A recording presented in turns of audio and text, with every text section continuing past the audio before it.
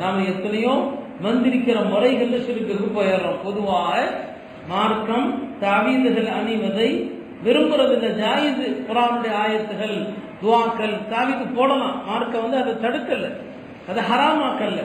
மார்க்க அனுமதி அளித்து அந்த தாவீதுகளை போட்டுக்கொள்வது தவறல்ல. ஆனா அதே நேரத்தில் அதிலையும் மார்க்கம் விரும்புறது என்ன? ஒரு உயர்ந்த ஈமான்தாரிக்கு அதுவும் சிறப்பல்ல.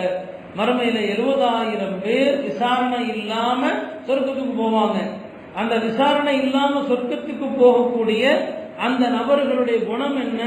பெருமானார் சொன்னாங்க, லா யததய்யரூன், அவர்கள் சகுனம் பார்க்க மாட்டாங்க, நல்ல காலம் கெட்ட காலம்லாம் பார்க்க மாட்டாங்க, அவர்கள் மந்திரிக்க மாட்டாங்க, அவர்கள் நோய்க்கு சூடு போட மாட்டாங்க. அரபுகளிடத்துல இப்ப கரண்ட் ஷாக் மாதிரி எல்லா வைத்தியத்துக்கும் சூடு போடுவாங்க அரபுகள். இன்னும் சொல்ல போனா நோயே வருவதற்கு முன்னால வருமுன் காப்போங்கிற அடிப்படையில் சூடு போடுவது அவங்கள்ட்ட ஒரு பெரிய ஒரு நிவாரணமா கருதப்பட்டுச்சு. பெருமானார் சொன்னாங்க, அவங்க சூடு போட மாட்டாங்க.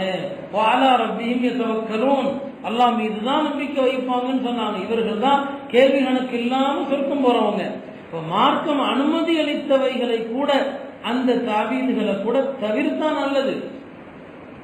ஆனா நாம அனுமதி அளித்த தாவீதுகளையும் பயன்படுத்துறோம், மார்க்க அனுமதிக்காத சில சிறுக்கான தாவீதுகளையும் போடுறோம்.